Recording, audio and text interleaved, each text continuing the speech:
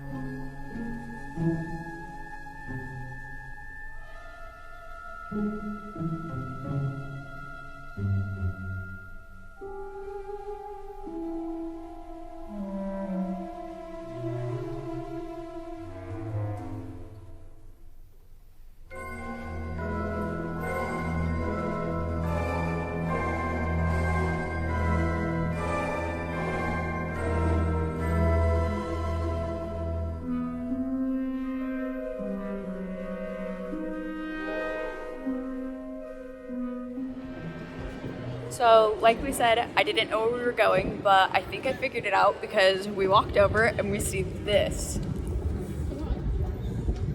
I literally could not be more excited. I read the screenplay like twice. It's not my favorite book in the world, but I'm extremely excited to see the play because I've heard nothing but good things about it. So I'm just beyond pumped.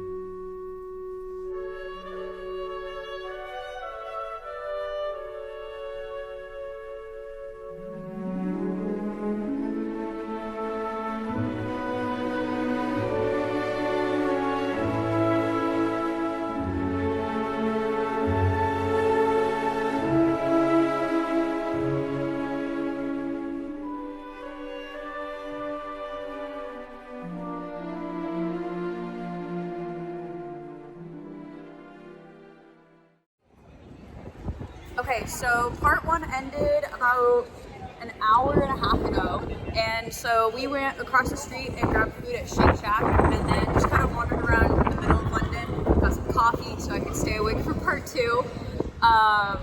Yeah, so we're gonna go in, we're gonna watch this. We have like a 2.5 hour break. They're about to let us in any second now, and we'll give you an update and like an overall like review of how we thought it was after we get back to the house tonight. Here we go.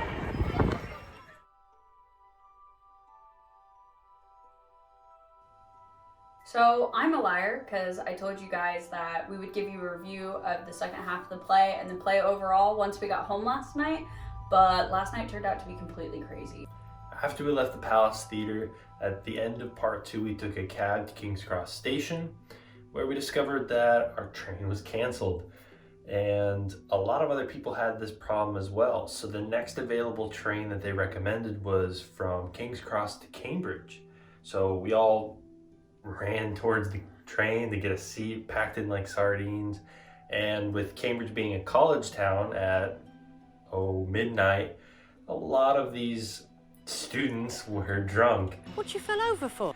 And they kind of tried to bring everyone's moods up after the canceled train, and it was kind of an interesting experience. Eventually, we arrived in Cambridge about 1 a.m., where they said supposedly there was going to be a bus waiting for us, and there wasn't. So they just arranged a taxi for us where we boarded with a bunch of strangers and they took us to our destination somewhere outside of Cambridge. Now comes our review of Harry Potter and the Cursed Child. I have never read the screenplay or really looked into anything besides a couple of mentions when she read it the first time. So it was a new experience for me. It was really enjoyable, and we're here to kind of wrap up our conclusions and thoughts. So from there, what did you think? Disclaimer, personal opinion, I do not believe that The Cursed Child is canon. If you want to know my full thoughts and opinions on it, I would actually watch the Super Carlin Brothers video review on The Cursed Child. We'll put a link to that in the description. But if you just go into it thinking it's a fun Harry Potter thing, the play is amazing. It is so well done. So I say that let's just talk about the good stuff. Like, what did you love? The good stuff? I really liked the production value. I think they did a great job presenting the material that they had and the theoretical aspects of the production, the lighting, the different effects that they could produce within the theater environment. And it was really, really well done. Additionally, a lot of the actors that they decided to choose were really good. We'll come back to that in a second. But I thought they did a good job. I think from using the elements of Harry Potter, the original series, of what they said was, 19 years later? Yeah. Yeah, they did a good job trying to stick to these original characters. As far as like the production value of the play goes, yeah, it was by far the best play I've ever seen. Like, there were so many moments that you're watching it and you just think to yourself, like, how are they doing this? And how is it so good and just like on the fly? Like, you know, there's all these people in the backgrounds that are like in the full black suits and just like making the real magic happen. I love magic. So yeah, there's this portrait of Dumbledore that shows up a couple times, and just like the lighting on it and the way it, like, you can't really see that there's an actor there doing it. It's just, for a second I thought they pre-filmed it. Like, it was a little weird. It almost looked like the movies in the sense of like their portraits, the weird shading and all that was really well done. The Cursed Child all centers around Harry's son Albus and Malfoy's son Scorpius going back in time and just kind of messing everything up. And every single time they would change time frames, the screen would do this like almost like water droplet ripple effect across the entirety.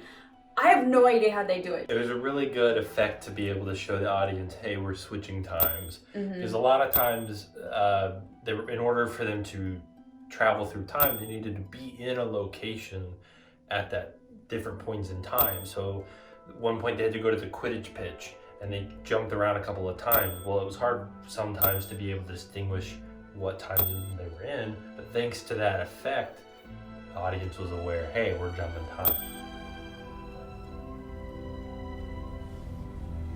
Mysterious thing, time. Powerful, and when meddled with, dangerous. The Dementors, they had some Dementors there. Very, very well done. I don't know how they got the billowing of the capes to keep going when I couldn't feel any wind in the theater. It was really cool. Yeah, that was really awesome. At one point, Draco and Harry were fighting, and they had kind of had a little duel with their wand. And they would say like Levi Corpus, and he would fly in the air all dramatic, or they would say like Incendio, and flames would shoot out and spark. And yeah, and then like the way that like you could tell that there was people there that would like motion them and like move the actors so that way they looked like they were floating. It was just very well done. There's so much quality production value in this. It was like watching magic unfold right before your eyes. Another big thing too, it really for me was the polyjuice. The first time they used it, the three main characters, which were Albus, I can't remember, Scorpius, and Delphine, had all decided to transform into the main characters of the original series, Harry, Ron, and Hermione. And the way they would take it, and they'd all shudder, and then they'd like melt into their robes, and then they pop out as these other characters. Yeah. Like the actors had somehow switched. And I know how it was all done, but it was just crazy to see how it was all, they all portrayed it. And one of the things that really blew my mind was they did a different perspective on one of the doors. So they went into the office and then they turn around and they're coming. Like the original crew was coming into the office and they're like, oh no. So when they went in the door to go hide, a second later, the actor came back out as a different character. And it blew my mind how fast that transition was. I'd say another thing that I thought was really awesome is that this play in particular switches scenes a lot. Like I'd say more than 40 times they're switching the scenes. And just whoever was in charge of the moving of these set pieces deserves a raise because it was so fluid and so good. And one thing I really liked, it was a small touch, but as the people would come on to move the set pieces, they'd like flip their robes around, and it was like distracting you from what they were really doing, which was making the furniture disappear. So, I mean, it was just something they continued throughout the whole thing. Amazing. There was some small effects throughout the play where they would discover something or an effect would take place. It was like a magic trick, and it kind of involved the whole theater. They did a great job of taking some of the magic that you get when you go to Universal Studios or when you sit down and watch the movies and bringing it to like a live action moment right in front of you. So, like, honestly, when it comes to the production value of this play, nothing but great things to say. Highly recommend it, even if you're even remotely interested in Harry Potter or just theater in general, because they did such a great job. Small bow down to the actor that played Scorpius Malfoy. He stole the show. I mean, everybody was so great and talented, but I mean, he was funny. He was, everybody looked. He's got to be younger than like 20 too. So like the amount of potential this guy has is just outrageous. He was so good. That was bloody brilliant. Like, I'd go see anything he was in. He was awesome. Overall, that's our thoughts and feelings, our trip to go see The Cursed Child. We'll probably go back. I don't know if we'll go in London, but I know that they have one in New York and you said LA. They have one, yes. And they just announced that they're starting up a production in Japan too. As a Wizarding World Gold member, you get pins when you visit the individual locations, so I'll go just for that.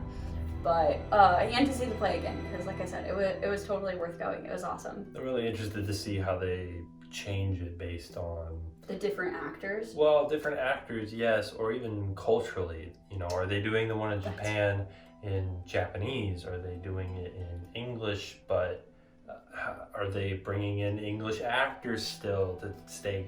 You know, they also had a couple like inside British humor that's like not Harry Potter, but like just British humor in general, that like some European jokes that I don't feel like would be as understood in America. Like I think if I wasn't sitting in London, it wouldn't have registered with me as quickly. So maybe they don't change anything, but it's still very interesting to see. Yeah, I'm super excited to go see it some other time. So like we said, that's our review of Harry Potter and the Cursed Child. That was our day trip there. It was awesome, a wonderful surprise. I could not have been happier. I've been wanting to see it since it came out, and I read the screenplay a few times. So thank you so much for watching. Don't forget to like, share, subscribe, and follow us on social media. Bye.